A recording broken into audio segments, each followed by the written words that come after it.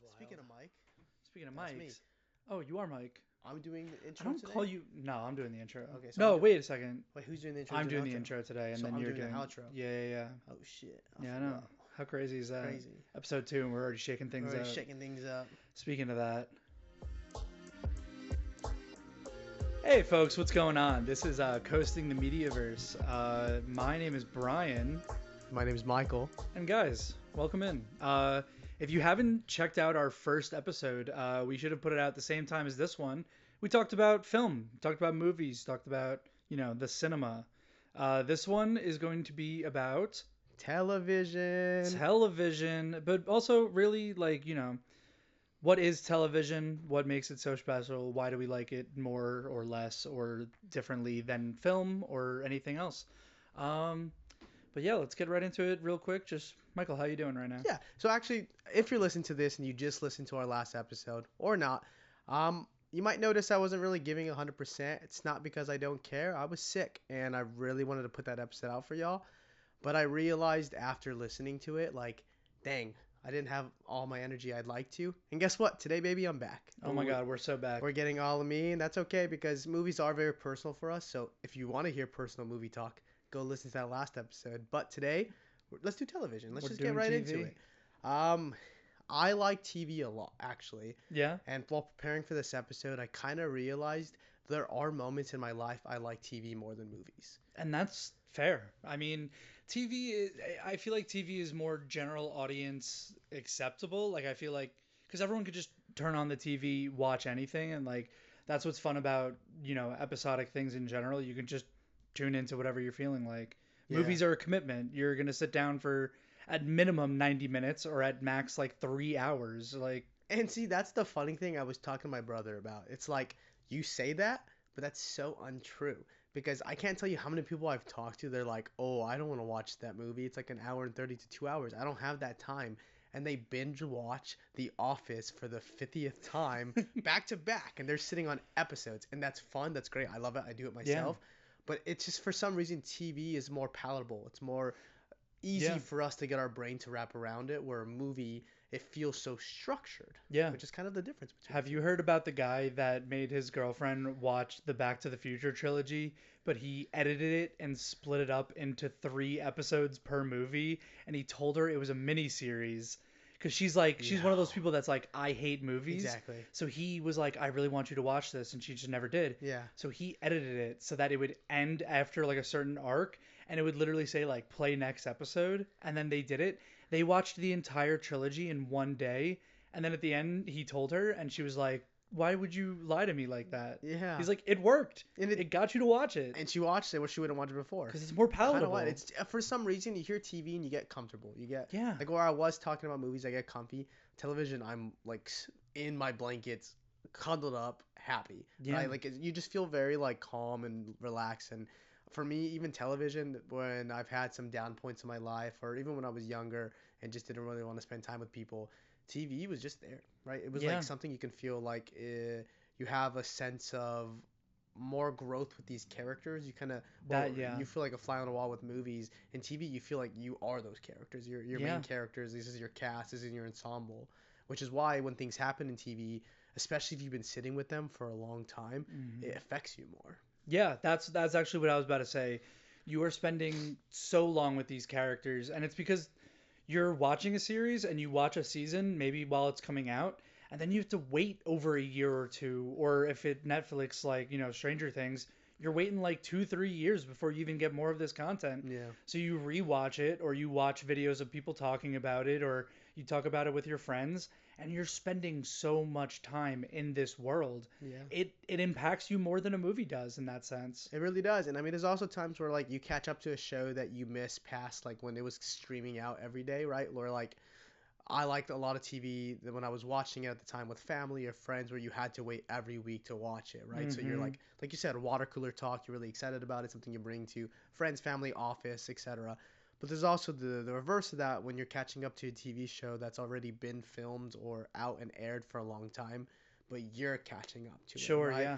Which an example of that, I'm going to name drop the first television show, Oh. Twin Peaks. Okay. Twin Peaks is something that I know I'm going to like, and I just finished season one, Hell yeah. which is phenomenal. And I know about it, not 100% everything in spoiler sense, but I know a lot of concepts that come from that relate to a lot of things I like in other genres and even like video games. Yeah. So it's kind of interesting to see something that's already been out for a long time, but experience it in my own eyes. And it does feel like the first time in a way of where other people probably experienced this so long ago in other forms of their media, but you can still feel like that same thing with TV. Yeah, and I mean the cool thing about like watching something that's come out like years and years and years ago is that like you are now watching Twin Peaks. You can hit me up just whenever another episode watched. The same way I'm hitting you up about The Bear. Yeah. Cause listen, The Bear is absolutely blowing my mind, and I just can't believe I haven't watched it yet. Yeah. But I just love after I finish a crazy episode, I can immediately text you and be like, "Oh my God, this happened!" And like I had a bunch of friends that were watching one of my favorite anime this year, and throughout the year they would just text me like a random thing like, "Oh my God, this person died," or like, "Oh my God, like this thing just happened," and I'm like, "Oh, you're at that part. Let's go!" Like you got a good arc ahead of you or something like that. I think that's really fun, and you really don't get that with a movie because you watch the movie, you can if you're watching a movie, if your friend's watching a movie that you've seen before, they can message you after and be like, "Holy shit, that was a crazy movie." But they're not going to be like texting you throughout, and if they were, I'd be like, "Yo, put your phone down." Yeah, yeah, right. But like with a TV show, like I said, you can start and stop it whenever. So like you finish an episode and it was crazy, you can text that friend right away and be like, "Hey, that was nuts. I loved that. Like, I loved when this happened." And you can talk about it more. It's more like more of an event, I Well, it's think. more digestible in a way, right? And Yeah. like how I kind of see it in a weird way, movies are like a dinner, right? Yeah. Like you're sitting down for a full course meal, where Sure. television's like snacking. It's Oh like man. munching on, enjoying things bit by bit, taking it as you want. Sometimes you get the whole bag, Yeah. sometimes you just start small and you're like, oh, okay, that's good enough. Where in a movie, you're not gonna stop halfway during a movie. There's no way, Yeah. right? What an analogy, guy. That was great. Thanks. This guy, he's Oh, what am I doing? no longer sick No and he's longer already sick, cooking up. brain cook, something like that. But you actually said something really interesting that I want to pull us away Me? from and go to that. Oh. Anime. You said Ooh, anime. I So did. do you consider anime television? I mean, in my opinion, it's like, how could you not? Because, Right. like, Yeah, I agree. I mean, there are many people, like, we mentioned this a bit in our film episode, that some people just straight up don't consider film or, like, animated projects to be the same as, like, a film. Like, I guess they recognize, like, an animated project is an animated film, but they just don't have it in the same category. Hmm. Where if they're thinking of their favorite films, they might not even think of an animated thing that they loved just because it just feels like a different medium to them. Yeah. Um, but in my opinion, like, I don't know. I started watching anime maybe like religiously like 6 or 7 years ago. That was not a joke. You I just swear made to a God. 6, 7 joke. Oh my Oh god. my God. Had to But do it. Sorry. ridiculous. But I don't know. I grew up watching Dragon Ball Z, and to me that was just another TV show that I watched. Yeah. And I didn't know that it was anime. I didn't know that it was originally a Japanese like voice acting cast, and then that like Cartoon Network dubbed it over in English. Like I had no idea anything Yeah. about that. I thought it was equivalent to watching SpongeBob or anything like that. Yeah. So to me, anime is just as like impactful, and like we're even seeing it now, like the post like COVID boom, where anime just exploded in popularity in the Hmm. United States. I'm glad I caught like the beginning of that wave, but I'm also really glad to see anime get what it deserves in terms of popularity. Yeah, and I like to come off what you're saying. I don't even think necessarily it was a big boom in the sense of like it became more popular, like because we were doing it more. It's became acceptable in a way, right? Yeah. Right? Like where we talk about animation sometimes not getting the love as it deserves. Mhm. Anime falls exactly into that spectrum where it's like people just didn't want to give it a chance. People Yeah. didn't want to give anime or cartoons a chance to be something that was breathtaking or that's bringing storyboards and characters in a way that not even normal like live action television is, right? And it was shows that came out around the time like Invincible, Yeah. which was an American project that people were like, "Oh my God, wait, these one of my favorite or my favorite actors are doing this. This is crazy." And then they fell onto other means, but for me anyways, I've never had this debate is anime, cartoons, or anything like that television because I grew up on it. Right? Sure. Like I said, I grew up on TV where I like movies. I grew up on TV. I had Mm-hmm. shows like Power Rangers or Courage the Oh Cowardly yeah. Dog, right? Things that I was running home from school every day Yeah. to go watch because if I Mm-hmm. missed it at a certain time point, I wasn't gonna see the next episode. Yeah. That's where I was at with TV. I didn't at the time have the streaming stuff for it, so it's like it was a real big deal for me to make sure I'm catching these episodes. Or Yeah. late night for me, and shout out to Toonami and Adult Swim, or like Yeah. watching my first animes because my brother would let me stay up late with him to watch like Naruto or Dragon Ball Z, like you said, Yeah. Cowboy Bebop even. Like it was this new sight for me where I got to get introduced to concepts that became my norm, but Yeah. to where I didn't know other people didn't agree or feel the same way, which I think is interesting now to kind of discuss. Yeah. I mean, listen, so you have anime as like we're both calling it TV, like Right. as it is. Is there anything that's technically like TV? Like, do you consider limited series TV? Like, I know a lot of like if we're gonna get into the talks about like our favorite series and things throughout history or throughout our history of watching things. But mainly like I had trouble putting limited series on there because like I really like WandaVision from Marvel and like Marvel does a lot of limited series where they put out a season and maybe they'll put out a season 2, maybe they won't. A lot of it comes down to numbers to them. But like I had trouble being like, okay, well this is only 8 episodes. Do I consider it a full TV series? Oh yeah, for sure. I think it is, right? Like, and Yeah. I think you're falling into like WandaVision for sure is like something that now we're kind of falling into MCU movie territory. So it's like, are those things listed as television, movie, Yeah. etc.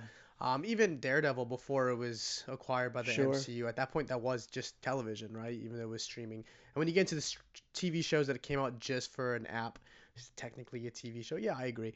But I think even anthology stuff like Love, Death, Robot, Yeah. Twilight Zone, Yeah. even though they are unconnected stories that are in their own little pockets of a dimension, Yeah.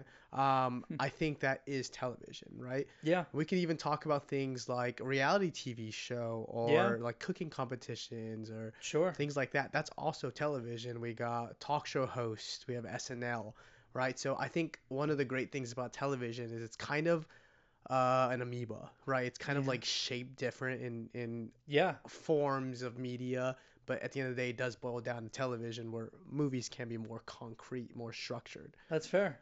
While we're talking about it, do we want to just start getting into our top Yeah, or yeah, you know yeah? what? I think let's shape it up and let's get into Yeah. top. So for me, anyways, my top five in no way is my favorite of all time or the best things ever created. I kind of list five that I think have impacted me throughout the years of watching television, and Sure. I'll explain why when we go through each one. Yeah. There's so many that I could add to this list, so if you don't hear me say one now and I talk about it later, it's not to take away from it at all, but these are just the ones that really stand out. That's fair. And for me as well, I wrote out like as you know, I wrote out a list of all of the TV shows that really impacted me over the years. I actually missed a couple just from even looking at your list and I was like, how could I forget it? But there's Right. just so much out there. Yeah, Like yeah, yeah. movies, I feel like are easier to think about and like everyone's kind of always trying to rank their favorite movies. I don't feel like people rank a lot of their favorite TV shows. I feel like people have their favorites Yeah, and they'll name a few, but if like trying to do this top 5 was way harder than doing the the top movies. 5 movies. And that was hard though, Yeah. right? But it's like I think it's because television's so comfortable, right? Like I Yeah. said, it's like something that you have like you put on in the background while you're doing stuff, while Yeah. you're cooking, watching, whatever. And Letterbox is the app we talked about in the movie episode. You could add TV show on Letterbox, but it's not necessarily that's newer, right? It's Yeah. not necessarily like there's an app for it.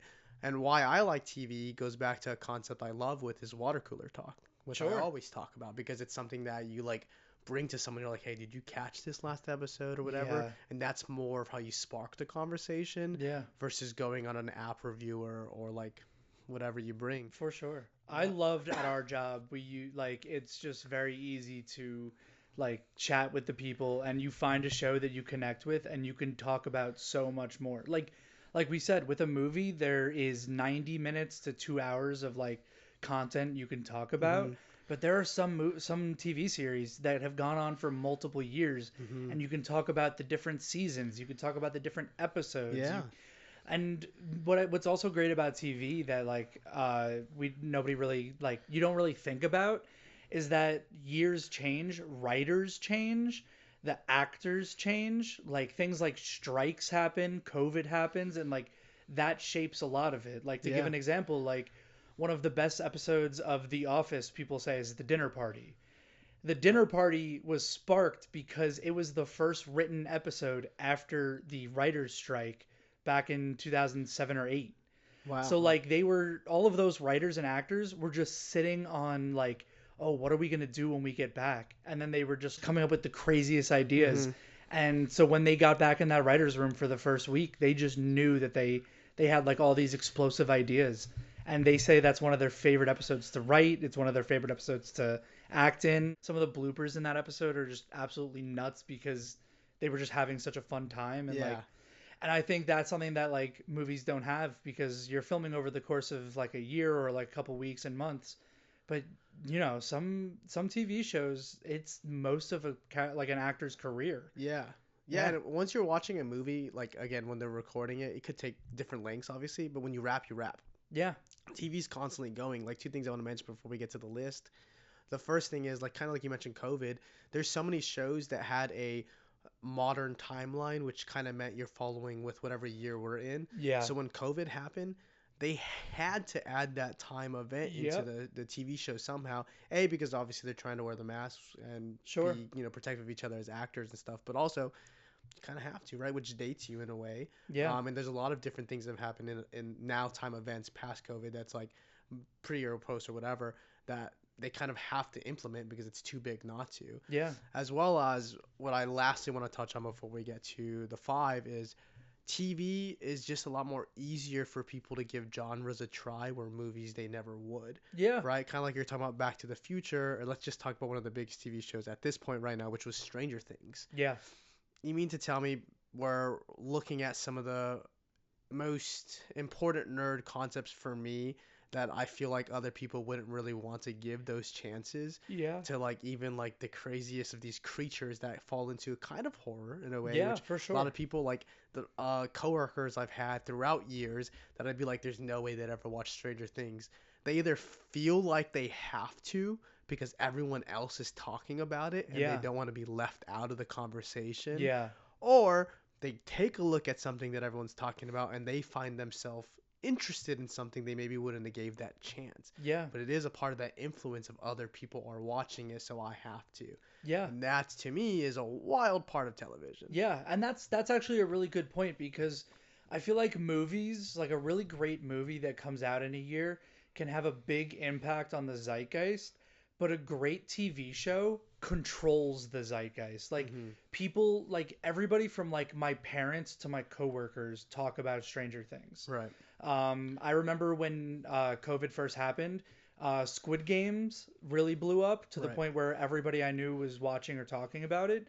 And then even Tiger King lasted like that thing where like it was a short docu series where I think it only had 6 episodes, but you watch that, you spend so much time with this crazy information, and so many people are talking about it. Yeah. I feel like, and now I feel like Stranger Things is an example, Severance is another, where like people just if it grips the general audience, it has a stranglehold on the zeitgeist, and like we're just it's really impressive how it's able to do that. Yeah, and I mean, if you even think about it in a perspective a little bit past to more what's real around us, it falls into marketing, right? Yeah, Because when a for movie sure. really is trying to get pushed out in a marketing sense, you get posters, you get billboards, advertisements, stuff like that, but nothing too wild unless the company has a lot of touches into the other, like other corporations that are selling things. But TV, you usually see that in a lot of things, Yeah. right? Like Stranger Things again is the example because it's a perfect one to break it down when they had the throwbacks, the retro throwbacks. So you have places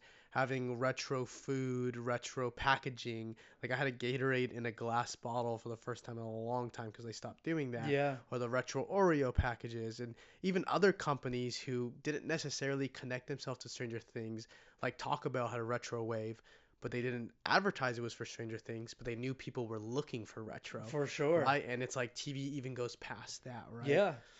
And that's actually another thing I wanted to bring up right before we got into the top five. I know we've been doing this, but TV is really interesting to me. Yeah. Another example of like how like the audience can affect the TV series itself. Right. And a big example of that I wanted to bring up was Aaron Paul in Breaking Bad. I forget, have you or have you not seen Breaking Bad? All right, everyone. It's time to yell at me in the comments. The first one. I've not seen Breaking Bad. And listen, that's okay. There is so much stuff like to watch. Like I feel like you're always gonna find something. Like I'll even break the ice too. I haven't seen Supernatural. Whoa! Which pitchforks, is pitchforks. Yeah, like, but that's the thing. Like, so many people are like, "Oh, haven't you seen that?" I'm like, dude, do you know how much media there is? Like, And right, and that's like the comfortable excuse we use. I should make time for Breaking Bad, and obviously we have a laundry list of things that we need to watch. But I've been waiting for the right moment, and hey, maybe this is the right moment to have you all experience Breaking Bad with me for the first time. Exactly. But like Aaron Paul, Jesse Pinkman was supposed to die at the end of season 1. I did not know that. Wow. But like with filming the episodes, they loved Jesse Pinkman. They loved Aaron Paul to the point where they were like, we can't kill this character off. There's so many interesting things. Same thing with Steve in Stranger Things. I was just gonna say that. Steve in Stranger Things was supposed to die. He was supposed to maybe have like a triumphant death, like how most Stranger Things deaths go. But no, they realized that Joe Keery and Steve were very interesting, and they were like, we can't kill this off. People love it. Right. Because a lot of that comes from like test groups before like it actually yeah. comes out. But then you just find out that like audience members have such a bigger impact on a TV series than they do on a film, because at the end of the day, the film gets wrapped, edited, and put out into the world before anybody even sees it. Yeah. Or maybe, aside from like focus groups. But, one example I'm going to bring up that I don't have knowledge on, so if anyone could tell me about it more, let me know. I know Grey's Anatomy. Grey's Anatomy, I can't even say the word. There's so many things that were in episodes of a character getting killed off or a character not getting killed off or whatever because of like the test audience that's watching it, or because the cast is like, no, don't do that. That's silly. Yeah. And I remember I listened to something about Jeffrey D. Morgan when he was on there. And he had a character that everyone loved. And he was like, hey, I'd keep doing this. And everyone was like, no, he fits perfectly in the story. And they were like, nope. And they killed him off. Right? That's crazy. Which is fine. That's the writing what they wanted. But it's just like in those moments, what if he was to convince them to let him stay on? Yeah. Right? And like that would just kind of change the thing. And I remember, spoilers for a show I've never seen. And if you have either, what's his name? Shepard? Yeah. When Shepard died and was killed off on the show, I remember being in a restaurant, seeing it on their TV on the news. People were freaking out about it. Yeah, people were having a big time with that. I say we just start getting into our top 5. Yeah, let's get into it. But I do think I started last episode, so I want you to give it a chance this time. All right, yeah, I can definitely do that. So my first up, it was really hard to do like an exact order. So this order is loose, but this is what I'm calling my top 5. So in 5th, I have Community. What could I say about Community? Its jokes per minute is out of this world. Say what you want about Dan Harmon, his idea of the story circle. Are you familiar with that at all? Yeah. The story circle and his ability to just crank out jokes. I know it's also his writing team. They're so talented. Those actors are phenomenal. And I also really like how the episodes, they play with genres, they do parody, the paintball episodes are some of my favorites.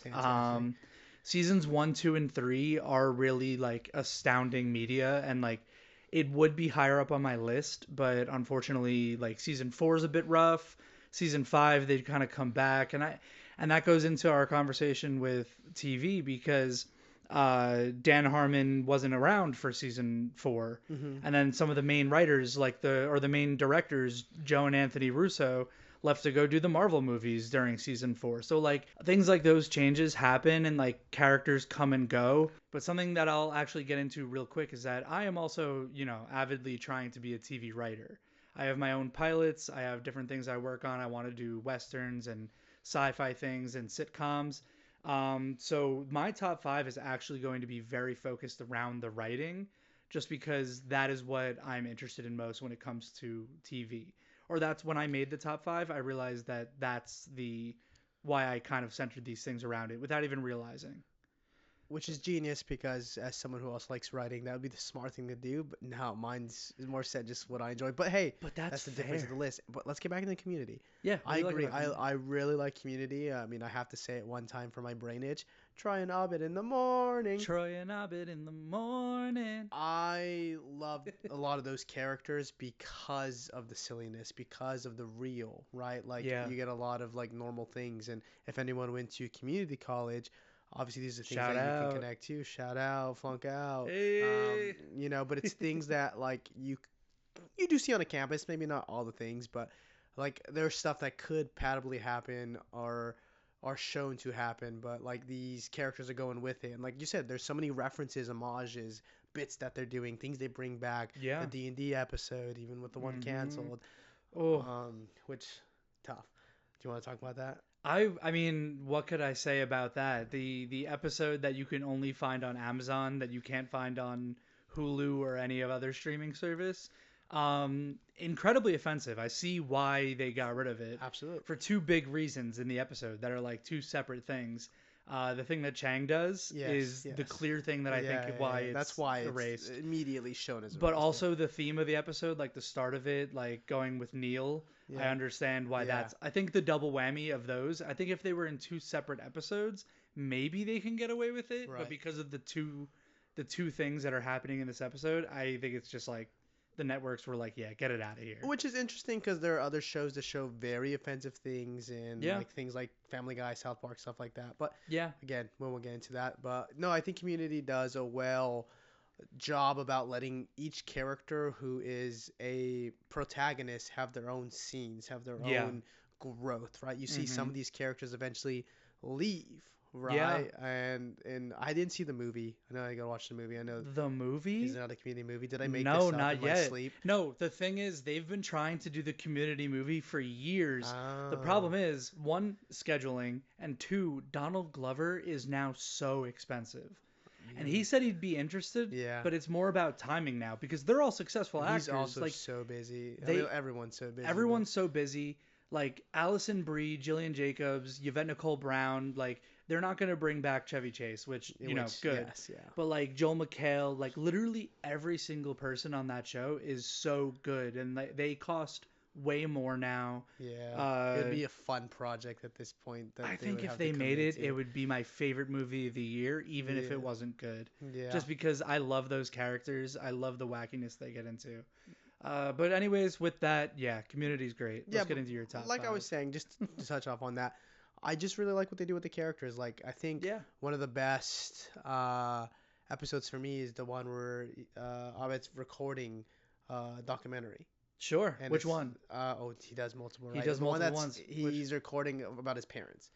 It's like he's Oh, like the recording early. the early one. Oh, It's well, yeah, because the that's two because it's yeah, and it's just like that's shows a lot of emotional heart. writing, a lot of heart, and like you said, you can tell when writing kind of changes depending on the different teams that come in the show. But I feel like his character kind of usually always stayed fine tuned, like they understood him. Yeah. And that's what I like. But Hell yeah. okay, cool. Let's go to the fifth one on my list. Hell yeah. Again, no order, just the first one that I would want to come to mind when I talk about TV is always Sopranos. Yeah. Love The Sopranos, love everything from the intro, the theme Mm-hmm. that you get into it. Woke up this morning, Yeah. to the characters that you are watching and seeing them.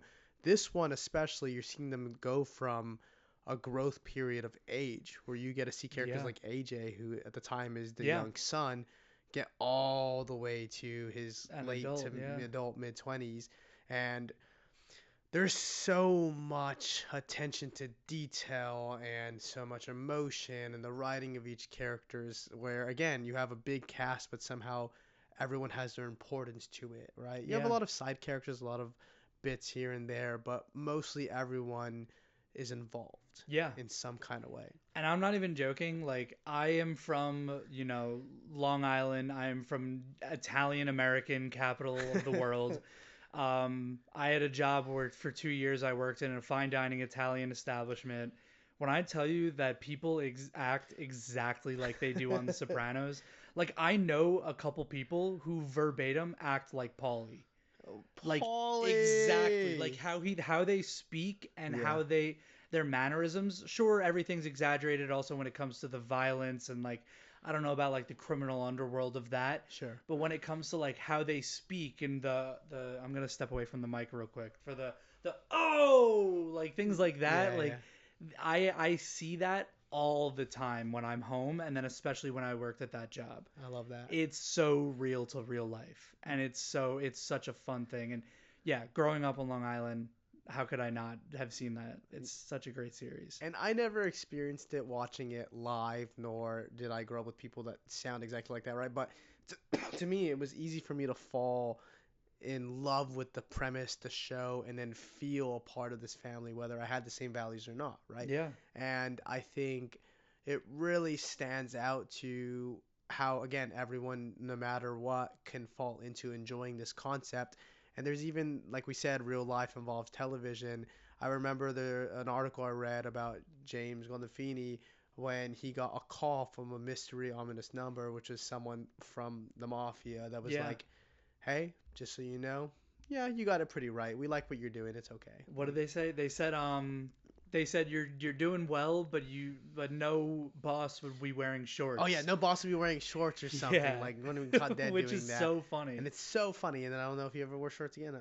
Couldn't remember. Hey, maybe. But like things like that are just like Yeah. whoa. Like he was even getting reached out to that part. And Yeah. they talk a lot about the history of everything that was going on at the time, and they touch into other places to be authentic, right? It's like sometimes you can watch like certain genres or even mafia, and it just like it's kind of like you said, put more to Dialed be up. dialed Yeah. up to be very dramatic or very heavy on the oh, but Yeah. like this is like you said, it's exactly a window into a world that you could see have been happening, or they sound like this. And yeah, like I have to talk about it, but if you haven't seen Sopranos, I'm sorry. It doesn't necessarily be a spoiler, but the last episode, Yeah. which was so game changing in television, where The most controversial ending in television for maybe even now, till now. right, to paint the scene, you've had all these insane things happen season by season by season, and you get to a final point where the family is going to a diner together, and slowly, one by one, the family members are walking in. You're hearing the door open, the bell chime. Going to Don't Stop Don't Believing. Stop Believing, my journey's playing. You're getting cut in different angles of everyone's faces, people smiling, people whatever, and you hear a bell open, right? You see someone walk in, kind of ominous now with the angles that they're throwing around. Then it cuts to Tony. You see his face, and then it goes black. Yep. Music stops playing. The sound is gone, Mm-hmm. and it's kind of giving you the idea, the concept of did someone just come in and kill Tony Soprano Yeah. in front of his family, in front of everyone, starting a whole new arc or ending the Yeah. show. And the writers pretty much said he's never going to tell anyone. It's up to you. It's up to Yeah. interpretation. I know a lot of people hated that. To Oh, me, people. I loved it. But what were you Yeah, gonna say? no, like people all across America legitimately thought they turned their TV off or something, and people flipped out. Like I have like relatives who have talked about watching it live, and yeah, it is an insane ending. Something that was not done before. Nowadays, I feel like if you ended something like that, people would call it interesting and like it was definitely like a choice and a move. But back then, it was unheard of to end a Right. series like that. So yeah, just absolutely magical. And like we said, the acting, the themes, it's just top notch. It's great television. And that's why I like it so much. And that's why I had to shout it out Yeah, because I just think it's so important to television. for sure. Definitely a great solid choice. But with that, I'll get into my top four. I have Parks and Rec. Parks and Recreation is people say it's like the sister show to The Office, Right. which it definitely is. I mean, it's the same creators and the same network and everything. I put it above The Office. People love The Office. It's absolutely hilarious. It's a show that I watch like going to sleep at night. I just put it on. Michael. Uh, it's just so good, and but like the thing that I like about Parks and Rec more is how optimistic it is. Early on, they're trying to be like their own version of The Office. Like Leslie Knope grows so much throughout the series. Season one, she's like really rough, but I am such a big fan of Leslie Knope season like two, three on, Hmm. because by then she is just like a force for good and a force for optimism that like you don't see a lot in TV.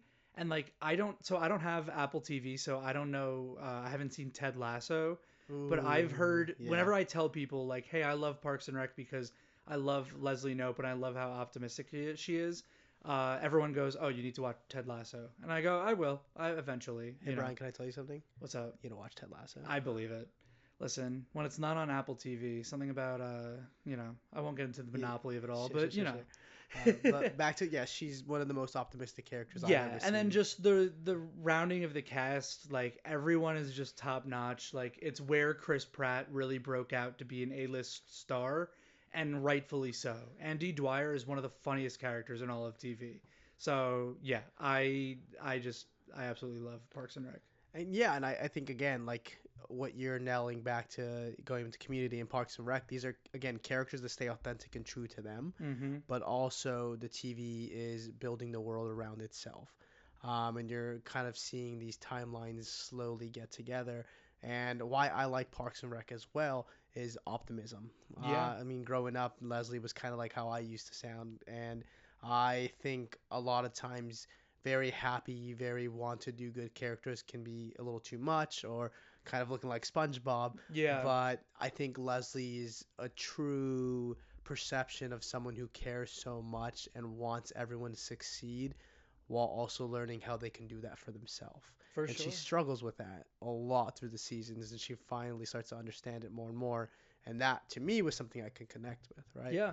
And then you have just so many funny bits. You have Ron, right? Ron Ron, Swanson. Chris Traeger, everything Chris Traeger says, especially in the early seasons, he's just so funny. But yeah, Ron is absolutely fantastic. I also just really like how optimistic it is towards American politics, and it's like when you have people in those positions that care, it is a really special thing. And like I really, growing up watching it, I was like, damn, if we had this, the world would be totally different and totally better in every single way. It was just, it's a very lighthearted show that like The Office likes to lean into their cringe, and they like to end on maybe like not a pessimistic note, but they end on a way where you do feel cringe or I don't even know the word. Just it's a show that for me doesn't always make me feel good. Sure. It is hilarious, but that's where Parks and Rec beats it for me Yeah. because it does have those crazy moments and it does have cringe moments, but at the end of the day, I finish an episode and I feel good. And Yeah. that's what I like about I it. mean, yeah, like one of the bits I still to this day do with my mom is to treat yourself, you Treat know? yourself. Because Yeah. like you should.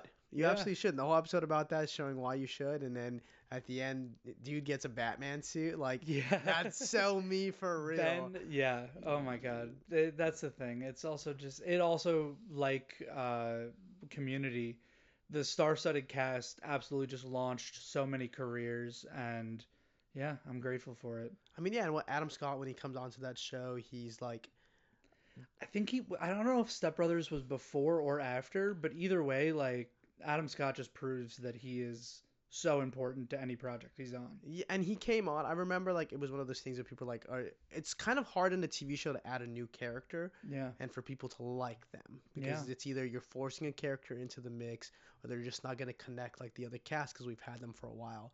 And he just blends so well by He being does. him. And the writing was done really good on that, even to the point like he's one of the things I remember when I think of the show, Yeah. like the Wi-Fi episode in what's the town called? I'm forgetting it. Pawnee. Pawnee, right? Where it's like he created this board game Yeah. with these tech Where they're bros. like, oh, that Pawnee's special. That's Yeah, the home of the architect. yeah, like and stuff like that. Like I love it. Yeah. Um, It's so good. Yeah, yeah. So that's my top four. Carrying on Am Scott, gonna jump over to my top four, one that y'all are probably watching now, or maybe not, and you should. Severance. Yeah, I'm one of those people that's not watching it right Oh, I now. didn't actually know that. I have a problem, like I said, I have a problem with Apple TV. But before we don't even have to get into that. Let's just hear why you like Severance. So Severance, what can I talk about it without going too much into it? But for everyone that has seen it, Severance is a great show because it's playing on something that's kind of weird, right? You're in a world where you can become a severed person, which is working in a certain company and them doing some brain stuff to you, to where when you go to work, you're actually a different you, a different person of you, right? Interesting. Technically, is it you? Is it not you? That's the whole concept of the show. Go watch it Yeah. if you want to know more. But so the main character, Mark, when he's going to become a severed person, it's because his wife passes away in a car accident, Whoa. and he's going through so much trauma and depression that he just doesn't want to feel it for 8 hours. So he signs up to work there and gets a job, etc. And so when he goes to his job, he goes down an elevator, weird chimey things happen, and when Mm, he gets to the floor, he's a different Mark now. Right, Mark A, interesting. Mark B. And Mark B has a completely different personality than him, which then now in the show, you're playing with the idea of where even though it is Mark and it is this one person, Mm-hmm. are these two separate people now? And Sure. do they have consciousness? Yeah. Right? And so that's a big part of the debate is kind of like, it's kind of playing on the idea, that concept, and within the show, you're slowly starting to see where it's like some people are like either really toxic or hurtful to the idea of someone being severed or wanting to be severed, or even believing in the concept. But yeah, it plays a lot of heavy emotions, and I really don't want to get too much now to spoil it for you. But Yeah. Severance is one of the first shows in a long time that had me jaw dropped, going, All right. whoa, like we're Yeah. really going with this. We're really diving deep with this, Yeah. and their acting is just so phenomenal to Yeah. how, again, Am Scott's playing a character one moment where he's depressed, angry at the world, upset, can't really function as a person. But Yeah. when he switches over to Mark in the office, dude, so happy, smiling all the time, one of the best coworkers you've ever had. Yeah. Oh my God, and the performances, that's why, it gets its awards and um yeah, Do you so like correct me if I'm wrong because haven't seen it. They're called innies and outies. innies and outies. Yes, yes, Yeah. yes. Do you think that like are they playing with the metaphor of like how people almost are two separate people in their personal life and then their work Oh, life? for sure. Yeah, yeah. And I mean, that's the joke all the time when I'm going to work. I'm like, oh, I'm clocking in as any Michael today. Sure. And then, and I make the joke with family and friends because, yeah, I mean, you can think about it in that way. I definitely think they hit that nail on the head where it's like when you're at work, you're a different person, Yeah. right? You operate different, you talk about different things. Sometimes you work in a place where they don't know anything else about you besides who you are at that job. Yeah. Excuse me. And so they do a really good any outie dynamic conversation, getting into the philosophy of it, and Yeah. yeah, I definitely recommend you watching it because this last episode in season 2 broke me. Yeah. Like I had to go on a walk for about 2 hours alone, Oh man. and it was just so I lost. love when media hits you like Yeah, that. It's such a fun feeling. It's it's crazy. It is, and some of the even the shots, the camera shots, cinematography on the show is just done so well. They tie the score really. The usage of music is important to when they do, and that's what I Sure. really like. Right, they're not just playing songs to play songs, which a lot of good media does. Yeah. And this I just love the cast because a lot of the cast are people who got their uh, first chance of really doing things Yeah. with not having the biggest like track record or resume for it.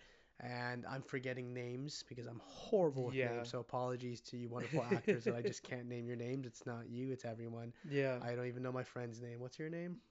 Me? Yeah, I don't know that either. whatever. My Annie's name. Again, there are two phenomenal actors in the show. I'm even forgetting their character names because I'm Oh horrible. my But God. I'm gonna call him Milkshake because that's the joke name that he Okay. has. I forget his actual name, but his acting is so freaking good. And to spoil, I apologize. His character doesn't have an innie outie dynamic. He's the Interesting. same person because he's in charge and he's to make sure that the company's doing what it needs to in the weird, Oh. freaky numbers and important Yeah. things. Um, but he is playing such a phenomenal point of his role to where like he's smiling all the time, but he's staring into your soul and it scares you. Okay. And he just like is killing it and he's getting all the awards that he deserves for a Yeah. first time performance because Yeah. he just walked into his character and That's it made it awesome. him. Yeah, yeah. That's really cool. I think I know who you're talking about, and I've heard some really great things about those characters. Uh, Damn. Fun Damn. time. I would look it up. My phone's over there and do not disturb. Next time I'll be more prepared. Apologies. But let's go Yeah. to your number three. My number three, I'll make it quick because I feel like a lot of people have seen this show, and I feel like even talking about this show is just everyone knows it. Avatar: The Last Airbender. It was a foundational show for me growing up. I was watching it as it was coming out. It was one of those shows where I would eat dinner and then I would run up to my room and I would watch it in my room. And I remember different seasons. I remember the different moments that happened, the shocking twists, especially like end of season two. Um, I'm just in love with the characters. I'm in love with the world building. I'm in love with the power system. Different things that I write, I always try to base the world building and the power system. I'm like, it needs to. I hold myself to such a high standard, and even though I'm like a novice and I'm a beginner writer, I try so hard to be like, okay, would Avatar make this choice in its world building or in its power systems? And like, I should probably break out of that, but to me, it's such a perfect series for that. It's hard not to. It's just so fun. It's funny. Characters are amazing. And like I said, the style, the animation is gorgeous. Yeah. Leaves from the Vine will make me cry 10 out of 10 times. Yeah, Crying right now. exactly. Yeah. And yeah, I agree with you. And I mean, it's funny enough, I'm just rewatching Avatar Are you? after not watching it for a long time as a kid. Yeah. And I've been seeing a lot of things maybe I didn't pick up at the time, and really being moved again, but in a different way. And, in all these characters have their own purpose in this world that's shaped to kind of push them away and to not let them be who they think they should be or want to be. Yeah. And seeing Aang go through all these changes of like having so much weight on his shoulder and Mm-hmm. having to be what everyone thinks he is, but doing it in a way that he's not authentic really shows during those episodes. To Yeah. finally, when he's like, no, I'm going to do it, not just Yeah. because it's my destiny or my journey, but because I want to, Yeah. and I'm going to do it the way I need to do it, Yeah. right? Which ends instead of obviously a spoiler him making a final kill, more taking away his bending, Yeah. right? Because before then, I don't think that was a really known concept. Maybe, it, No, yeah, so that's the thing. It is a debated topic in the community of people yeah, talking about it. They don't know if it's like a Deus Ex Machina type situation where like it kind of comes out of nowhere. But if you really think about it, like Aang was always going to search for that answer, yeah. even though it shows up in the last couple of episodes. It shows up because he was not going to do it any other way. Right, and that's the thing for me, especially with the writing. Like, and this is something I'm gonna make into a bigger thing for a second. When it comes to writing in general, Mm-hmm. especially TV writing, as we're talking about it, the writers do not have the answers right then and there, Yeah. right? And especially in a world full of lore that we don't know and they don't know, because why would they? They can come up with the things as long as it makes sense and is true and authentic. And I feel like you're talking about the person that is the most powerful in the world, right? Mm-hmm. And it's supposed to be this whole thing about legacy and like only one person can be the avatar.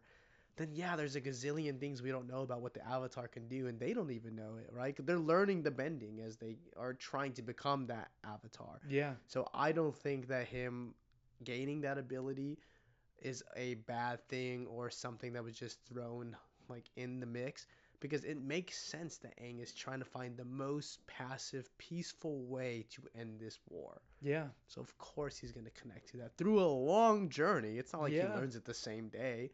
This was through a lot of pain and suffering for Yeah. him to get to that point. Exactly. And that's the thing. It's a kids show, not even trying to hide it. I was watching it when I was a child. It aired on Nickelodeon. That being said, just because something is a kids show doesn't mean the creators have to like tone down the themes. Like it is still a war. It is a war. You see people suffering in different ways. Sure, it's not graphic and violent like Game of Thrones wars and stuff like that, but it is tackling some powerful themes. Characters like Jet, where it's like you're fighting a good fight, but you're doing it in a terrible way. And like that's a powerful message to have in a kids like show. Yeah. And everything about the show, like the themes, there's the episode The Storm, which I think is phenomenal. It tackles the parallels between Aang and Zuko in one episode, and I think it's episode 10 or 11 in the first season. And I remember even as a kid remembering how special that episode was, and now going back to it, I just every time I watch it, I'm floored, and I'm so impressed with it as a concept. Yeah, and I think again that's going back to we're talking about TV and children's shows and cartoons. I again, yes, it is a cartoon show, a kid show that was made for that, but I don't even see it like that all the time because that show has made me have more feelings or hits real now politics or concepts that a lot of human adults struggle with to this day, which is insane, past other TV shows that are coming out and don't really hit that in any category, Yeah. right? So it's like it's again, yes, it's covered and colorful and easier and palatable, less violence, sure, but like Jet was going to kill everyone in that town, Yeah. right? Like just because they don't show it, or just because it doesn't happen, doesn't take away from how intense that is. It's implied violence, and I think that they use that to get around the censors so that it could still be for kids. But the story still alludes to it being a very real thing. Sure. I mean, and there is character death. There is Yeah. things happening. Like you start off with finding out that Katara's mom was murdered, Yeah. right? Which is the whole thing that she carries on for All of a long Aang's time. people. All of everyone, Yeah. right? So it's like implied, not shown. Does for me never changes the fact of how strong it can still feel. Right? Agreed. And yeah, I agree. It's so phenomenal. Oh, it's Um, so good. All right, let's get into your top three. Okay, let's get to my top three. So my top three is something that I have just recently got into and am watching, and I'm gonna explain a little bit onto talking about where it originates and comes from because I think it is game changing in television we're getting now today. Game So changer, you say? game changer, similarly no, but it's actually very important people from Dropout. Uh huh. Where am I saying her name wrong? Vic Maracus? Yeah, I think Uh, so. if I'm not saying the name wrong. Sorry, guys. Again, names. I'm trying to be better at that. But Vic is a host who is playing as a character who has a TV show host where they invite guests who are very important people on the show. The fun bit that we get to know as the viewers, as these are all comedians who are getting put on like makeup, cosmetics, and having to completely improv a fake character in that moment based upon what the team is designing them to look at. Yeah. And then from there, she is doing a talk show host with this character who, again, doesn't have a script, doesn't have a dialogue, has an idea of what they're doing, and I'm sure the team has some sense of it, but they're just kind of doing this skit comedy that also feels kind of real. Yeah. And I can't tell you how ugly laughter I have shown from watching this, or Yeah. like just how caught off guard I am by the talented people on this show Yeah. to fall into their character and be so talented, be so real, and not care how they look or what they're doing, what they're saying necessarily, to just kind of be the bit. Yeah. And to stop for a second, again, if you don't know what this is, Dropout, which is a newer created streaming service based Yeah. upon the fellow older creators of College Humor, Mm-hmm. which has its own history, and I won't sit here and talk about all the history, Yeah. but they have pretty much a whole bunch of fellow creative and comedic people decided to go forward with making these projects that we're going to see nowadays, like Dimension 20. Dimension 20, Make Some Make Some Noise, Noise, Game Game Changer. Changers, which is my favorite, I think, on Dropout. But yeah, it's something that started out on YouTube, and then it grew to be so big that they decided, hey, we don't need to be on YouTube anymore. we can make our own streaming service. So Sure. that's what you were talking And about they when you have said all it's a that newer lore, thing. yeah, newer thing. But why I'm saying that and why I'm saying it's a newer television thing, it is TV to me, Yeah, right? no, for sure. Where YouTube TV even kind of exists as a thing. I think Dropout is so special because Yeah. again, these are people who are creating new concepts for us, original content, which has a lot of heart, even though it's Yeah. based around comedy. And I think comedy also always has heart in it. But Yeah. why Very Important People is the one I want to show to all of you is because it gives you that medium of so much creative, collaborative work. They're working Yeah. together to make this project. Vic is leading very authentically to her character, but also to what she wants on her show. Mhm. And the actors themselves are just being true to the project. And it's just so much fun. I don't think I've Yeah. had fun recently watching a show like I do Very Important People. And I Yeah. did just watch all of season 3 yesterday, That's fair. and it was genius.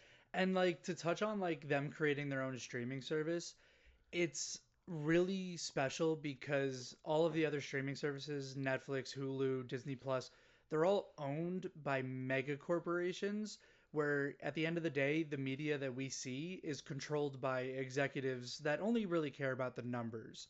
Dropout is special because it's all creatives. Yeah. Like Sam Reich, I believe, is the head of the of all Dropout. Right, yeah, yeah. So like him being in charge of it, and you if you've seen any of his content, like he is a very creative person. He's a very funny person.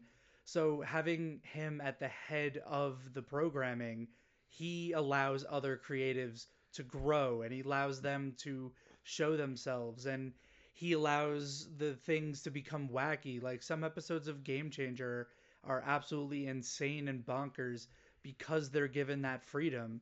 And I've seen clips from VIP. It is outstanding how like unique it is compared to other television series. And I think that's the thing too is like they formulate now or their structure is like television. It's not like Yeah. they just go and record, right? Yeah. They have teams. Yeah. They Real are production they have value. real production value. The production, like they can't just have the episode come out, right? They No. have their writers as well on all their shows and Yeah. like they have their sets and all that. And like they have their own studio at this point and where they have their different episodes and different shows you get to see different forms of that. Yeah. But yeah, I just think if you haven't seen it already, go watch Very Important People or Yeah. VIP and then take a look at other Dropout stuff because it's just heading in the direction I would A like to be a part of if I was creating Uh-huh. projects, but also B just content I like seeing and I'm actually giving my time to it because it deserves it. For sure. It is so good. Should I get into my top I two? think you should.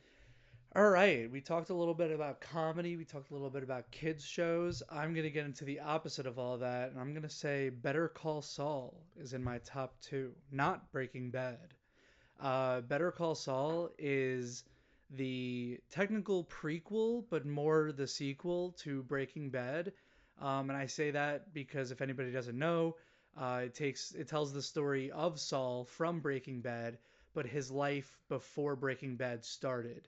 And the reason why I would recommend you watch it after Breaking Bad is because it touches on it plays around with the timeline of that world where most of the series takes place before Breaking Bad, but a lot of it also shows parts during and after. So if you haven't watched Breaking Bad, don't watch Better Call Saul because you're going to be spoiled on some things.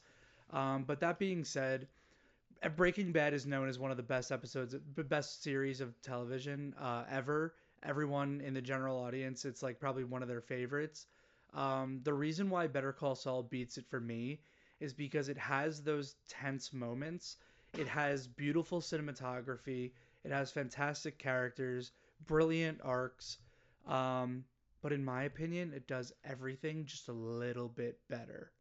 Um, so I know you haven't watched Haven't Breaking seen Bad, either of so you them, haven't seen Better unfortunately. Call Yeah. Saul either. So I'll just say like the characters are phenomenal. It is such a slow burn. Like everyone calls like certain episodes or arcs of Breaking Bad slow burn, but Better Call Saul is the definition of a slow burn. Yeah. The first two seasons, you're really waiting for things to happen And then a lot of my friends even dropped it because they just didn't think it was that interesting.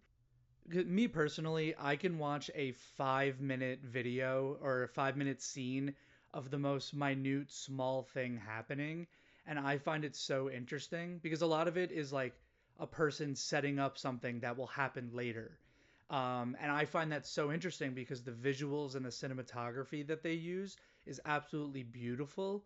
But I know that's not everybody's cup of tea. So a lot of the times people will just straight up just not find interest in it, or people like my mom will just start going on her phone if something's just not talking, if nobody's Sure. talking. um, but it really pays off well. Season 6 is probably my favorite season of television because of just amount of the payoff that you get from everything.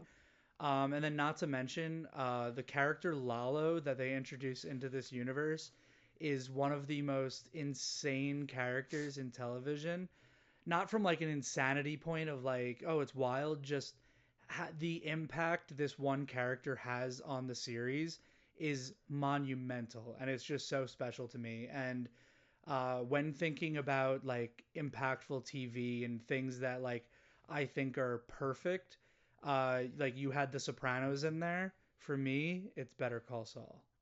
And I've heard nothing but that, right? It's kind of like what you're saying when people are like, oh, you haven't watched Ted Lasso, you should.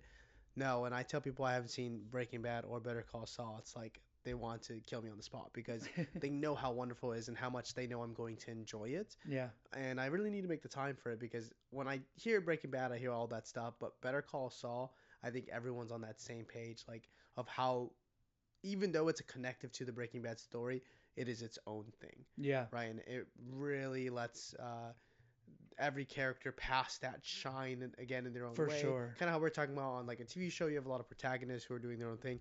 This is someone going on their own storyline, right? Yeah, And how you get to see something connect to things you've seen before, yep. and how other things are just happening in separate entities. Yeah. So like obviously like with Breaking Bad and Better Call Saul, people get put in dangerous situations and you're kind of like, "Oh, how are they going to get out of it, Yeah. or are they even going to get out of it?" Like, a lot of characters die throughout Breaking Bad. Spoiler alert. Better Call Saul, very much the same thing. The only character you can really assume is going to live through it are the characters that you've seen in Breaking Bad. Hmm. So a lot of the times there are characters that aren't even mentioned in Breaking Bad, and you're Right. like, uh-oh, what's going to happen with Yeah. them? And you really start to worry for their safety. And when I say it does everything phenomenally, it's just such an awesome series. It's so fun. The acting is out of this world. The directing is out of this world. The directing, the writing, the atmosphere, the cinematography, everything is as close to a 10 out of 10 as I can. Would you hate me if I told you I heard the ending monologue in the courtroom scene?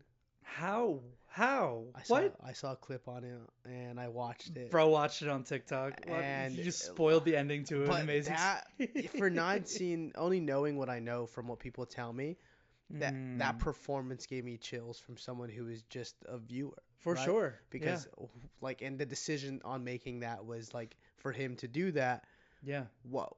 Can I jump on that and say that my introduction, I'm lucky that I had already seen Sopranos. Yeah. But my professor in college, he was showing us different TV, and like we watched Twin Peaks, we watched some other sitcoms and stuff, but we watched The Sopranos. But he specifically showed us episode 4, where Tony takes Meadow to college, or like Yeah, yeah. to visit a To visit college, college. and then he showed us the last episode. So there were some people in my class who straight up had never seen The Sopranos, and their introduction to it was the 4th episode and the last episode of the series. What? Imagine, Insanity. imagine showing someone that and then being like, "Oh yeah, now just if you want to watch the rest of the series, you can." Like, how? What are you doing? You took that from me. I know, like I don't know how you can go into that series knowing that happens, but either way, But I think also in reality, I could do it, right? Because it's like yeah, Breaking Bad. I know what happens at the end of Breaking Bad, sure. and I now know the ending of Better Call Saul. But I can, in that moment, allow myself to feel different. But speaking on that just for a second, like we're talking about Twin Peaks, even though it's something I know I'm gonna love once I'm finished with it, Yeah. I really don't know much, and I know a lot of people want to tell me what actually happened to Laura, and Yeah. I know little things, segments, and I'm like, hey, no one tell me. I actually don't want this Yeah. spoiled, right? Because I 'Cause enjoyed this one not knowing. yeah. So my philosophy on spoilers is if a spoiler ruins the movie for you, it's not a great movie or Sure. like TV show. It's not a great story. Because at the end of the day, it's not about the what, it's about the how and the why. Hmm. So if you know something about Twin Peaks and you're just kind of like, oh, I wish I didn't really know that, just know that it's more about the why at the end of the day. Like, Right. and that to me, that's 10 times more interesting. Because I've been spoiled for movies and things, but you go into it and you still love it.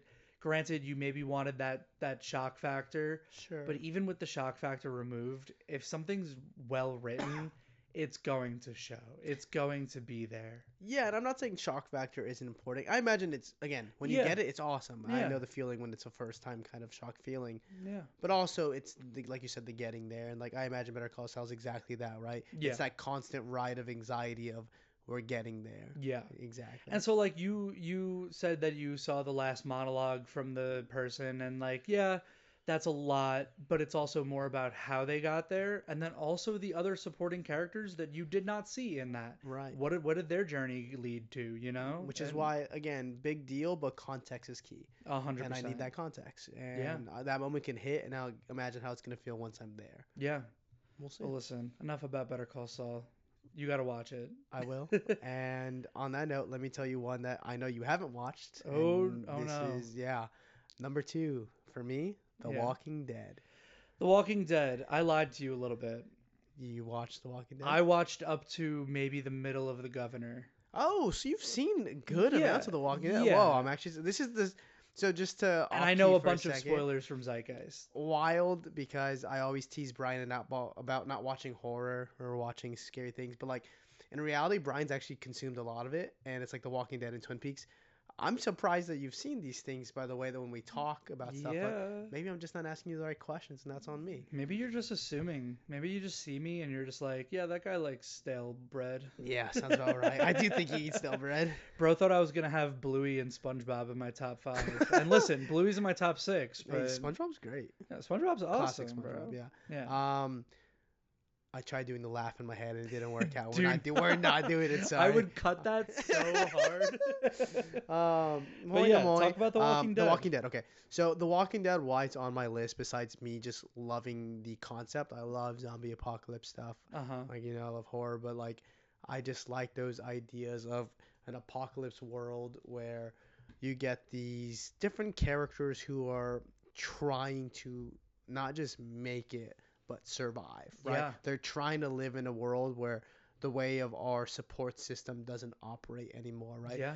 There is no more fast food joints. Like you have to get Yeah. back into the idea of how do I provide myself with these things that are normal luxuries that we have nowadays. Yeah.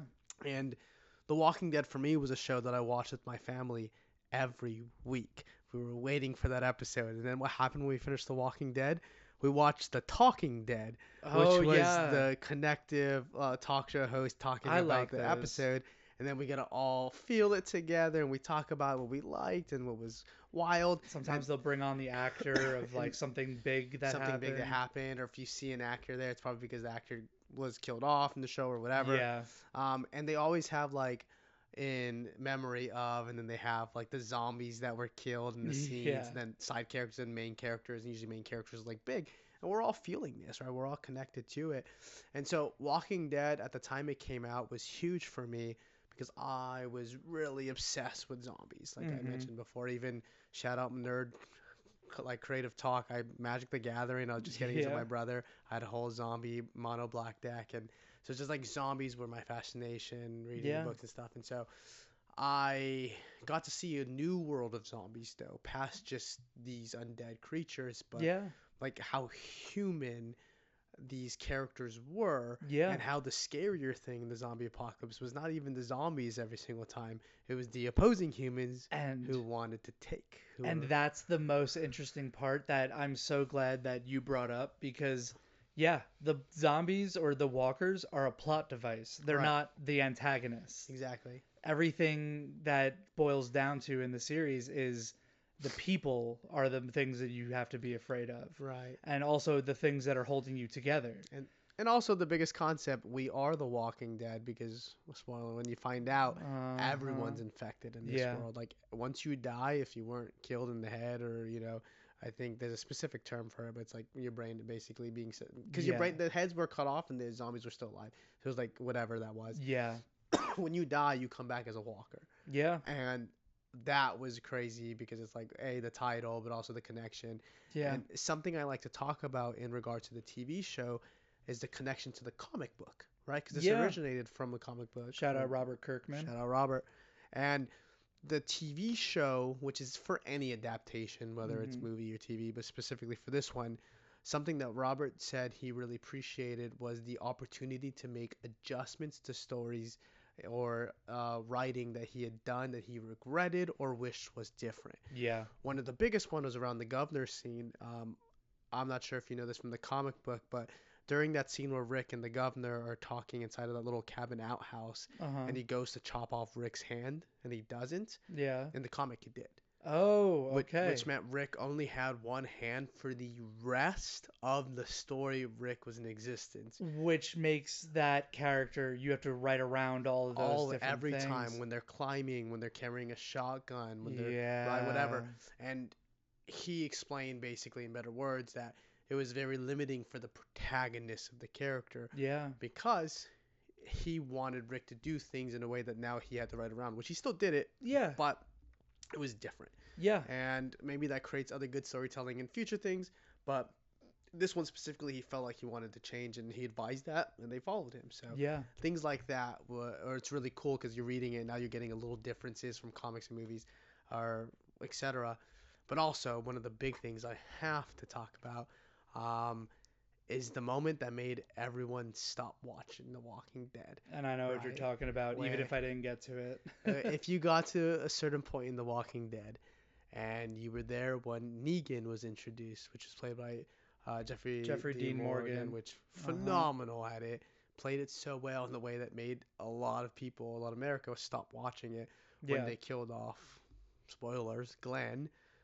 And Hashtag Abraham. shout out Stephen Yeun, wonderful Uh-huh. performance, wonderful actor, loved him since the beginning. But yeah, once they killed him off and Abraham, it was like, why do I want to keep watching this? People were furious. Were furious because this is, especially like Glenn. We started the season 1 with Glenn. This is a Yeah. character that saved Rick, saved multiple people throughout the years. Always someone who put himself above others and was Yeah. starting to learn how to be more selfish and more him for Maggie and his child coming soon. And it just, that scene just rips your heart out because It it's like, does. just like that, this villain or this antagonist at the time just showed how nasty they can be. Yeah. And it's so nasty enough people stop watching it, right? Yeah. So yeah, exactly. So nasty that straight up I remember my aunt and uncle were like furious the next time I saw them because I was like, "Hey, I heard something really big happen." And they were like, "Oh, we can't even watch this anymore." I'm like, "Yeah, fair." And we're at one point, I will say, it did affect me. I realized that I'm trying to let that influence escape me and my biasms, Sure. because things like that unfortunately happen in real television and Yeah. comic books and movies, etc.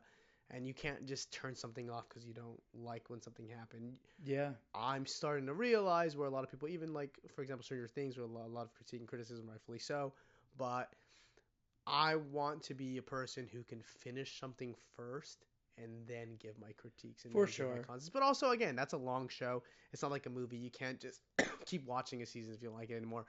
But even though Glenn was my favorite character, I realize now that in the importance of what happens in it, obviously you could write around that.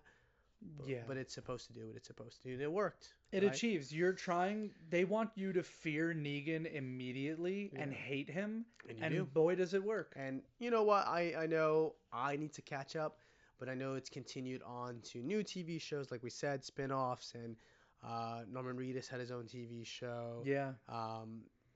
Maggie and Negan have their own have a show show with a now. grown-up son, Oh God. which is a whole thing, and I've heard it's good, and I need to I've watch. heard it's good too. We also had the Andrew Lincoln had his own TV show where he Yep. got to finish his story arc, Yeah. which in the comics he dies. So in this one they flip it and Carl died, which is kind of rough. But Yeah. I don't know. Like I just think there's so much there, and I love it. And I do like the little niches that they have, and like the Yeah. little different kind of storytelling they have.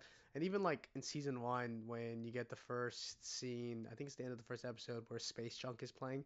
I don't know if you know that song, but Sure. I didn't know the song until I heard it, and I was like, "Whoa, I love this song!" Right? So there's like little things that just kind of, when I think of good TV moments, I think of The Walking Dead.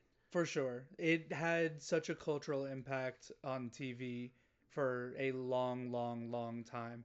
And it was one of those things where I said, like, or that we mentioned earlier, where people were going weekly to the water cooler and having those conversations Yeah. about it because it was an event every week, and every season finale or every mid-season finale was a big thing that people talked about for multiple days and weeks at a time. Yeah.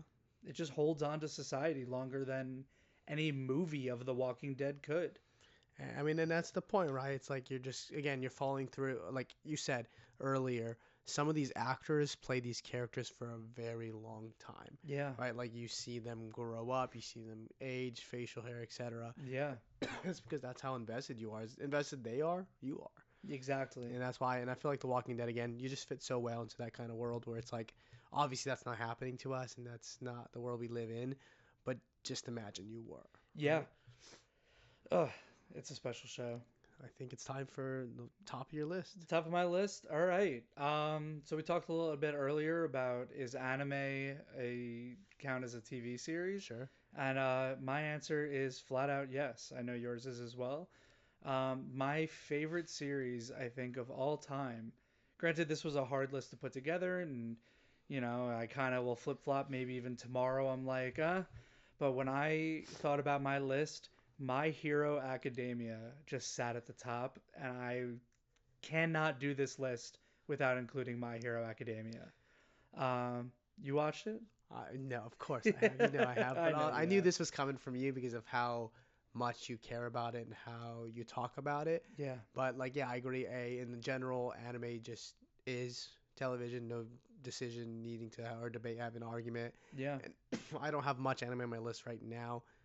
It doesn't mean I don't love it. It's just these ones impact me a little bit differently in a way that I wanted to share with y'all. And Yeah. when we get to honorable mentions, we can talk about all the amazing animes we watch. But Yeah. My Hero has, again, been around for a good a while time for a lot of people to Yeah. kind of see over the years and kind of stay true to the storytelling that they were wanting to give. Yeah. Sometimes in television or even anime, you can get to the end of a writing of the manga that transitions to the anime, and you're like, that was nothing like I was expecting from the story, Yeah. or someone made a difference. My Hero's kind of exactly what they said in the beginning of the first episode. Pretty much, yeah. This is how I become the world's greatest hero. Yeah. Yeah. So I'm not gonna do any spoilers because unlike the other series that we talked about, I feel like if you haven't watched it, like I feel like less people have watched it. We don't know our audience yet, but I just gonna refrain from spoilers. I'll just say that like Deku being the epitome of like what it means to be a hero, I find his story and his journey and his commitment to saving people, not just physically but mentally, is so impactful, and I find that so special. And then I find the character arc of his rival or like the deuteragonist, Bakugo, is something that's absolutely exceptional. He is the bully character in season one, but he's a good guy. He kind of calls people losers and stuff like that, and you're like, I know many people that I've seen watch the series cannot stand Bakugo, and then there's a couple times throughout his arcs where people go, okay, wait a second, he's actually really good. And the earlier that happens, every single time he has another big moment in his arc, his character just shines through more and it hits you harder and harder to the point where when you get to the end of the series and he's basically completed his arc and he is no longer that jerk character that he was. Maybe his personality is still the same. Maybe he's still like a hotshot, like fiery person. He has so much heart and he's putting that passion in the right place. And I don't know. I just think the characters of like Deku and Bakugo are just phenomenal, and it has a huge cast. Just in the class alone, there's 18 other kids, and then you have another full class of 20 kids, and then you have all of the pro heroes that are adults, and the villains. There's like 10 of them. I tell you, there are so many characters, and they're all so well written. They all have such interesting quirks, which is their power system. Um, it's just a gorgeous series, and like I said, I really value the themes of what it means to be a hero, where like a lot of Western cultures, like Marvel and DC, will mostly talk about saving people physically, whereas with Deku in My Hero Academia, he saves people mentally. And I think that always touches me 10 times more than saving someone physically. Right. Yeah, and I mean I agree with you because like again, when you're watching this character, not to get any spoilers, it's one of those things kind of like with Aang in Avatar. Deku is changing the way that whether fellow students or professional heroes think, Yeah. right? Because they all have an idea of what they're supposed to be or what the fame tells them they have to. Yeah. But what Deku is coming from a place of heart, someone who is not born with a quirk Yeah. or power in this show, and why he wants to be a hero so bad. Yeah. And you see characters like Bakugo or Todoroki Yeah. who have these reasons for their upbringing or their family or Yeah. what life puts them in and why they want to be a hero and why they're struggling with that idea because they maybe shouldn't want to depending with the stuff that they dealt with, but Deku helps them get there at Yeah. the sacrifice of things that we won't get into. But that it really impacts me too, and why I love Yeah. Deku is because like he is a selfless character that Yeah. just wants everyone to be there with him, Yeah. and a true hero at Yeah. that. And it just wrapped recently. And when I tell you, my girlfriend and I, we were bawling our eyes out the last like 6 episodes. It's just such a beautiful series. People have problems with the mid series and stuff like that, and like that's fine. It's not like the worst. It goes through different arcs and whatnot, where some are better than others, but at the end of the day, the themes of it really are just what solidifies it as one of my favorites. Yeah, I mean, and that's kind of like with anime, right? We think of it in arcs, but it's also seasons and like normal Yeah, TV shows. So every TV show has their arcs where you're like, even The Walking Dead, you can consider it an arcs, like the yeah, Governor arc, stuff like that. for sure. But I think My Hero again stays true to like that concept of what Deku's trying to show, and it's just that last season, like you said, it's nonstop. Yeah, Every episode, it's not just like traditional characters get to do the thing, then they go home and rest. Like yeah, every episode is like seconds, right? yeah. Like these are just moments after moment after moment. You're not breathing, the characters aren't breathing, like things are Hmm. just going until you get your final endpoint. And Yeah, sometimes that hits more, yeah, right? Because for it's sure. almost like you're in their mind within a certain time window. And Yeah. it's nice to see that perspective. Oh, it's wonderful. All right.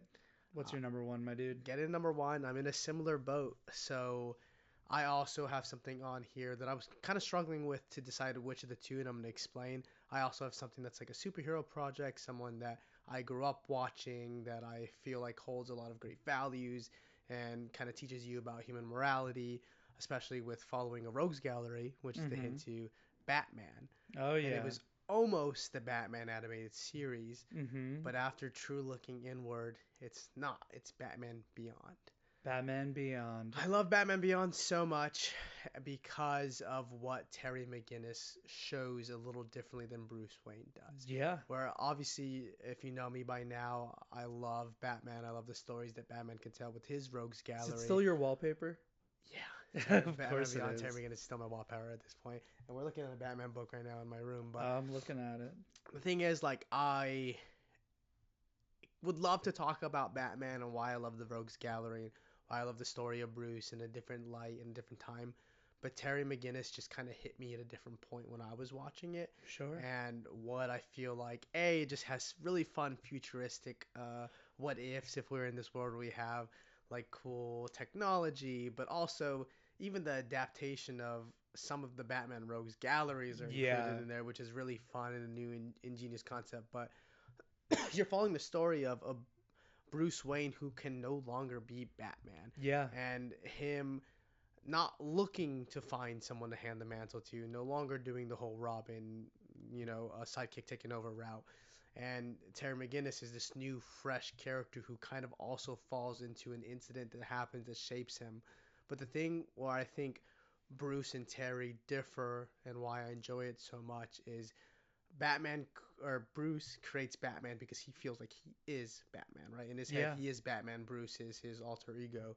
Where I think Terry is trying to hold on the idea of I am Terry, but when I wear this suit, I'm Batman, right? Yeah. There is that difference because he still wants to hold on to his family, his human values, and sometimes that makes him a better Batman because he's a little bit more caring to the Yeah. people he's fighting or to the people he's trying to take care of, Yeah. right? And if you watch him in a lot of his rogues gallery, there is a lot of empathy there. There is a lot of support, and where Bruce does that too in a lot of different adaptations. Yeah. I think Terry just has a little bit more empathy than brashfulness. For sure. Um, and to get into something that we didn't talk about, we can talk after this. That intro goes Oh, hard. yeah. And we'll talk a little bit later about why we love intros in television. That's something that we care about a lot, especially in anime. Intros are one of the best parts and outros too. Yeah. But that intro just feels so funky Oh, and it gets so you full. It in. gets It you gets you in. ready for It gets you that. ready for it. Um, and yeah, I just like how they play on a lot of the writing for it and what it gives someone who has an idolization or is someone who follows in a mentor suit, right? Like I look up to my brother a lot, Yeah. and in Terry's eyes, he's looking up to Bruce. So having this concept of Bruce Wayne being the man in the chair is Yes. so much fun because Bruce Wayne is the Alfred. he wants Terry to be better than Yeah. in a way, but he's also struggling with but it should be me. Yeah. Right? There's even an episode where they play on that, where they play with the pits, and Yeah. Bruce has the opportunity to be Batman again, but he chooses not to. And I don't know, it's just, there's so much. If you haven't seen it, you absolutely should. It's a special It's series. such a special series, and even now they're doing comics and continuations. And a shout out to the movie, the Batman Beyond movie. If you haven't seen it, Sure, you yeah. absolutely need to. Where they even touch on Terry fighting the Joker, Yeah. which is again such a fun concept. I don't want to spoil, but it, I'll end it with there's a certain scene where I actually don't even know if this was necessarily in Batman. No, it was in Batman. In Batman Beyond, there's a scene where Bruce is hearing things being manipulated in his head, and the reason why he knew that the villain was messing with him was because in his head he was calling himself Bruce, Yeah. but in reality he thinks He himself the calls Batman. himself And Batman. so Terry was talking to him, and he's like, "How'd you know it was like a trick?" He was like, "I don't call myself Bruce in my head." And Terry It's goes, "Well, just what do you call yourself?" Stops and goes, "You would, wouldn't you?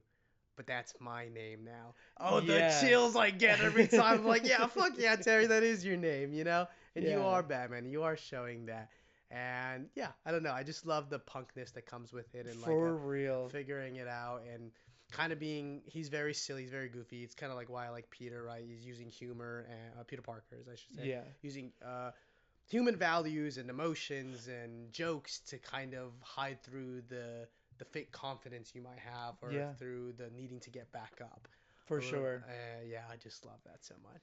Do you remember seeing clips or images of the studio that made Spider-Verse also was considering making a Batman Beyond? Don't break my heart. Of I course I know, have. Of dude, course I it's have. so gorgeous, and I wish at the time of recording, they have completely dropped that. I hope that one day someone is listening to this and they're like, "Oh yeah, no, that's been made. It's beautiful." Yeah. I Hey, really I hope would love to so. be a part of that. So if anyone listening to this knows how I can do that, let me in, coach. I'm ready. Oh my God, wonderful. We've been talking for a minute. I think we can talk a little bit about what we like about TV in terms of the intros, but then also just get quick into our Yeah, honorable I mentions. think that's the best thing. We'll talk a little about intros, hit honorable mentions. Intros. If you skip them, what's wrong with you? Especially when it comes to anime, I really like how intros kind of set the tone for the season or set the tone for the arc.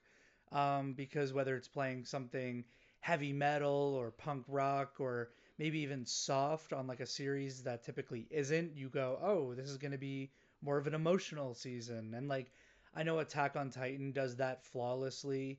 There are some other series that don't really change the music, but they'll change the visuals to give you like intros to like characters, and I find that really exciting. But then something we mentioned earlier with like even TV from America, like The Sopranos, that song puts you in the mood for watching an episode of The Sopranos. Yeah, I definitely agree. And if you're watching TV and you're skipping the outros, especially the anime, what's wrong with you? Yeah, Again, it just sets the tone so well. It allows you to get a, a refresher from the story. But intros in itself, it's like you said, it sets the tone. yeah, And if you're watching a show and the intros change, like you're expecting something different now, yeah, or you should be prepared to feel something different if the theme changes, yeah. and that's what they're preparing you for. And I know you aren't caught up on Jujutsu Kaisen, the anime. Mm. I won't spoil anything, but the intro in the last season, season two, is very fun and pumpy, or maybe that's the outro. The outro is fun and Yeah. pumpy. This intro immediately starts with a harsh tone in a way you're like, oh, things are going to happen. Like beginning of season 3. Yeah, which Oh you have gosh. experience, yeah. But again, it sets the tone. Yeah. It's like I said, it does a really good job of just like you watch an episode, and if you don't know anything about the manga or anything, and immediately it's like heavy metal when every other season's been like poppy, you're like, hold on, what are we getting What are we into? cooking? Yeah.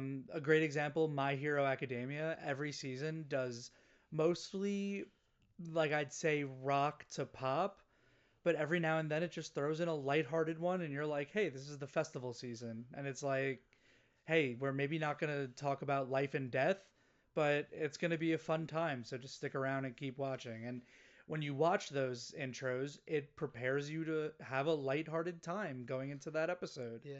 And then, a season later, it's dark and edgy again, and you go, okay, time to lock in. Yeah. Off the top of your head, do you have any intros that kind of like just come to mind when you think of like greatest intros? Like Yeah. One of my favorites is actually Bob's Burger. Bob's Burgers, yep. Because the Speaking of honorable intros, mention. it's letting you. It changes. It changes every episode. Every Yeah. episode, there's certain things that are a little bit different. And Yeah. again, where it's instead of music, because it's always the same song, setting the tone, it's just fun little Easter eggs that Yeah. get you to kind of look at it and store's understand. always The store's called something different to exactly. the side. And then I mean they play with that and they change the name of the burger of the day and whatever. But Yeah. and sometimes in the intro they'll have like certain different seasons of like Yeah, what they're in or whatever, and it just sets that tone. That's fun for me. for sure. For me, have you ever watched Hunter x Hunter? Yes. Speaking of anime, Yes. that is one where they don't really change the music; they only change the visuals. Yeah. But it's mostly a story about journey and like adventure. So even though some episodes are light, some episodes are dark, some episodes are extremely dark, at the end of the day, the intro, because it doesn't change, is just about the fun adventure like environment aspect of it, and it's always so powerful to me, and like that song to me it rings as one of the best intros, just because of the tone it sets for the series as a whole. Sure. I mean, I also just there's fun with that. I love Naruto's intros and Yeah, One Piece's intros. And again, anime itself, I feel like holds the best, I would say, in the sense of like an entertaining intro, yeah, where like things like Sopranos or The Walking Dead is more setting the tone. yeah, And that's the fun thing. Like every show decides what they want and they roll with it. yeah. But to change it up a little bit, it's Peacemaker. You watch Yeah, Peacemaker? the dance segment. I think that is genius. I think taking the characters and removing them from the world that they're in and then putting them on a stage and dancing and looking goofy or serious, like, I think that is so creative, and I'm so thankful that season 1 and season 2 both had different intros. I think that is something that American television should adopt more. Sure.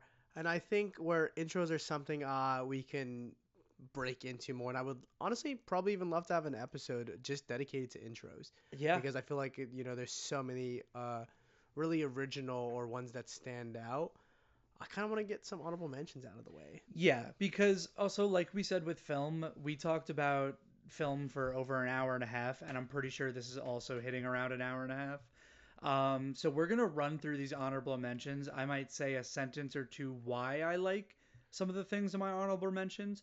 But folks, if you like any of the things that we talked about like earlier in this podcast, or some of the mentions that we're gonna be mentioning right now, feel free to let us know in the comments. We're probably gonna do a part two for the film, and we're probably gonna do a part two for TV. So without ado, I'm just gonna rattle off some of my favorites. Yeah, go ahead. Um, The floor is so yours. on my list, I'm gonna try to remove the ones that I've already mentioned, like Better Call Saul, My Hero. But to get into it, Attack on Titan, Full Metal Alchemist Brotherhood. Both of these are just phenomenal animes. They have absolutely incredible stories and phenomenal power systems. Bob's Burgers, I think, is absolutely hilarious. It's one of those shows that I can watch going to sleep, and I just can tune into any episode and have a good time. Schitt's Creek, absolutely hilarious. Can't even just recommend it enough. It's beautiful.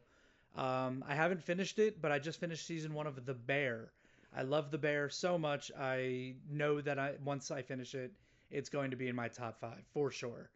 Um, some episodes of Rick and Morty. So I don't love the whole series of Rick and Morty. It definitely has problems. But season 1 and season 2, I binge watched, and I thought it was the funniest show ever. It's really good.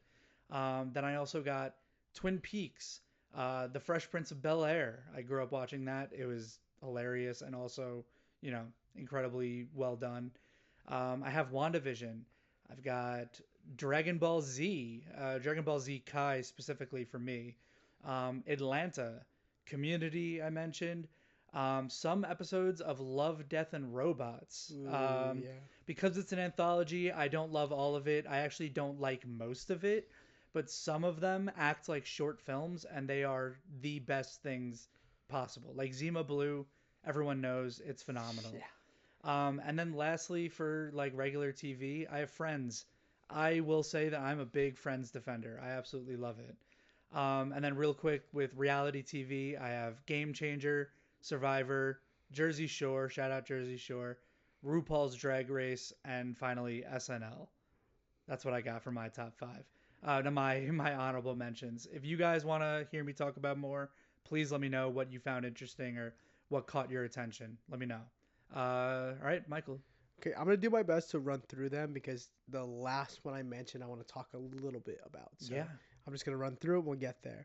Um, Obviously, Cowboy Bebop, something that has really inspired me throughout, Mm-hmm. like just being a space cowboy in my life, but how I see things. True Detective, specifically season one. All the seasons are really good in my own opinion. Season one is game changing. Yeah. Um, Tokyo Ghoul, really love. If you haven't seen it, you really should. Mm-hmm. And it breaks things in acts, which is my favorite thing. Courage the Cowardly Dog, as I mentioned before, just heck yeah. One that was almost on my top 5, Teen Titans. Yeah. Love Teen Titans. It hurt me Mm-hmm. not to put it there, but I'm surprised it's not yeah, on mine. but it is what it is. Succession, Mm-hmm. or don't the people aren't your favorite. It's such a good TV show. Code Geass, Mm. Daredevil, Haunting of Hill House by Mike Flanagan, Sure. and some of his other things are amazing. The Bear is on mine as well. But what I want to spend some time talking about is Supernatural. Just Okay. because Supernatural always comes to mind as like the first TV show I think in my head because of how much connective value it has to my like Michael's watch tissue Yeah. because I watched the show with my sister growing up. It was something that we used to watch together on live. And then it got to a point where it was on Netflix. So my sister's like, "Oh, can we rewatch it from the beginning?" So we were like 4 or 5 seasons in at that point. We restarted. Yeah. We watched it through again. Life happens. You forget things that you're doing. So I wanted to finish it because at this point things are happening and I'm like, I can't water cooler talk about it anymore because I've been waiting for my sister. My sister was like, "Oh hey, let's rewatch Supernatural, but let's only watch our favorite episodes and we'll catch Okay. up faster." What happens? We watch every single episode because every single episode in the beginning seasons is my sister's favorite episode. Uh-huh. Rightfully so, I get it. And so we did this dance so much to the point that I still have not finished Supernatural. Yeah. Not because I don't want to, but because I'm waiting for my sister. Yeah. And guess what we just started doing? Rewatching Supernatural on my lunch breaks. Love it. And so we're on episode 3. That's awesome. I know. Crazy that we're getting back into it. But I love Supernatural so much because it touches on 2 of my favorite things. One, family. I think it does the whole familiar values very well with 2 brothers going around, pretty much dealing with supernatural things and concepts while looking for their dad who's gone missing. And then you touch into the family friends that they've made over the years, or, timey-wimey stuff. Get to see their mom in some episodes. But second thing is the horror genre of like weird things, creepy things. They Yeah. have vampires, they have demons. Eventually they get to angels and stuff like that. So I just think the concept of like 2 brothers going around and solving not crimes, but like these cases of the unknown that no one else realizes is happening unless it does happen to them, like ghosts and things Yeah. of that nature. And I just feel like I know Supernatural has a continuous, not controversial, but like not everyone agrees to loving the end of Supernatural or some of the decisions that they make or where they headed to the end, because it does go away from just being supernatural into evolving angels, demons, God, etc. Yeah. But I just love the idea of the unknown and Yeah. 2 brothers fighting the unknown. What do you want, Yeah. And I just love it. It has a special place in my heart. And the music in a lot of those episodes were probably to this day the best usage of music I've seen in television. Sure. But hey, that's that. Oh man. Folks, we talked about a lot of TV today. We talked about what we like about TV, the importance of it as a medium. We talked about some of our favorites and then threw in some honorable mentions. Feel free to let us know what your thoughts on anything that we mentioned today. Like I said, we're probably going to do a part 2 eventually just because there's so much to talk about. So please let us know if there's anything specific you want us to talk about. Let us know if there's anything that we have missed. Like if we didn't even name one of your favorite shows, let us know. I'm ready for that conversation. And at this point, if you think there's anything in television you want us to venture more into, maybe even past a part 2, maybe anime deserves its own episode sooner rather than later, or a reality TV show, and you want to see us do some Survivor things ourselves. Those are stuff that we would love to do. So, give us those ideas, put it in the comments and the socials, wherever you're looking at this. And thank you so much for being a part of these episodes. This is part 2. Again, if you are interested in more, we're going to be talking about video games in the next episode, which you should have already here, which is so exciting. But we'll save that for the next one. Thank you so much for coasting the Mediaverse with us. This is Michael. I'm Brian. See y'all later.